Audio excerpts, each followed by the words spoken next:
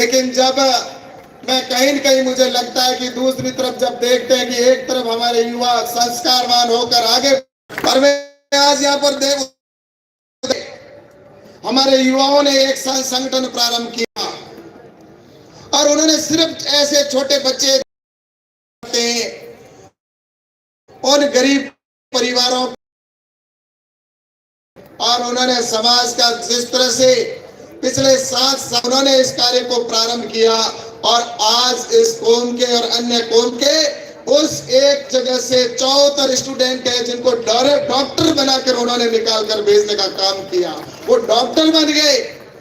और समाज का जहां तक पता चला कि उन्होंने कहा कि समाज से हमें 1.5 करोड़ की पिछले 7 साल में सहायता मिली, लेकिन यही डॉक्टर और यही आगे बढ़कर उन्होंने समाज का नाम रोशन करने का काम किया। ऐसी संस्थाओं को हम आने वाले समय में किस तरह से हमें सपोर्ट करें ताकि हमारे युवा है, हमारा देश का भविष्य वो आगे बढ़ सके।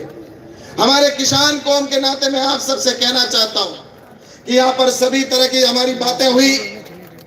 हम सब ने यहाँ पर जिस तरह से बात की, मैं आप सबसे यहाँ पर आने के बाद ये जरूर कहना चाहता हूँ कि हम यहाँ आए पिछले 23 साल बाद हम सब इकट्ठे हुए और 23 साल पहले जब इकट्ठे हुए थे तब हमने जो हुंकार भरी थी उस हुंकार का परिणाम ये रहा कि हमें ओबीसी में आरक्षण उस समय मिला था। और मैं याद करना चाहता हूं अटल जी को,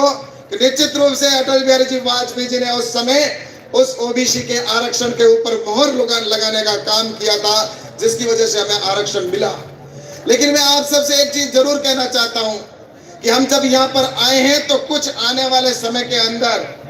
आज इस सभा के अंदर से हम क्या लेके जा रहे हैं, हम आज यहाँ से क्या लेके जाएंगे, ये हम सबके लिए प्रश्न चिन्ह है। और निश्चित रूप से इसका मैं आप सबसे आग्रह करूंगा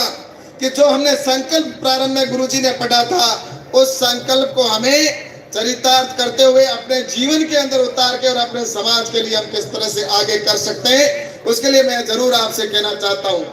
और मैं आप सबसे कहना चाहूंगा कि आज हम सभी किसान परिवार से आते हैं और किसान परिवार के नाते मैं आप सबसे कहना चाहता हूं कि आज सबसे उत्तम अगर कोई है तो वो खेती है। कहते हैं उत्तम खेती मध्यम व्यापार लास्ट में नौकरी होती थी, लेकिन अब कुछ मेरे युवा साथियों से मैं ये जरूर कहना चाहूंगा कि हमारी कृषि उत्तम है, उत्तम थी और आने वाले समय के अंदर कृषि उत्तम होगी। लेकिन हमें कृषि को भूलना नहीं है, हमें कृषि के माध्यम से खेती के अंदर नई टेक्नोलॉजी को कैसे अपनाकर हम अपने पैरों के ऊपर खड़े हो सकें, इस दिशा के अंदर हमें काम करने की आवश्यकता है। हम रोजगार लेने वाले नहीं, आने वाले समय के अंदर मेरे किसान कौम के भाइयों से कहना चाहता हूं कि हम रोजगार देने वाले बने, ये हमें आने वाले वक्त के अंदर करके दिखाना है। और जब किसान कौम हुंकार बढ़ती है तो निश्चित रूप से उसमें सफलता हमें मिलती ही है। और मैं आप कहना चाहूंगा कि इस देश की आजादी से लेकर इस देश के अंदर जिन जिन लोगों का बलिदान रहा उन उसकी आजादी में सबसे ज्यादा अगर किसी का योगदान रहा तो इस किसान कौम का रहा। देश के लिए बलिदान देने पर हम सब जानते हैं। आज भी हमारे देश के युवा साथी हो तो देश के बॉर्डर के ऊपर ये किसान कौम के बेटे अपनी जान को जोखिम में डालकर खड़े हैं और गोली खाते हैं तो दुश्मन की सीने के ऊपर खाकर अपनी जान किसान कौम का नाम वहां पर रोशन करने का काम कर रहे हैं। हम सबको गर्व होता है। आज मैं आपसे बताना चाहता हूँ हमारी बेटियां भी कहीं पीछे नहीं है। मैं आज कुछ दिन पहले बॉर्डर के ऊपर गया था और उस बॉर्डर के ऊपर बीएसएफ के जवानों से जब मिला तो बीएसएफ के जवानों में मेरे को 17 बहनें वहां पर मिली और मैंने जब उनसे परिचय किया तो परिचय में 17 की 17 हमारी बहनें थी, वो किसान कौम की बेटियां थी। इसलिए मैं कहना चाहता हूं कि आज हमारी बेटियों को पढ़ाने की आवश्यकता है, बेटियों को आगे बढ़ाने की आवश्यकता है, देश के लिए हमें कुछ करने की आवश्यकता है। और देश की जब बात आती है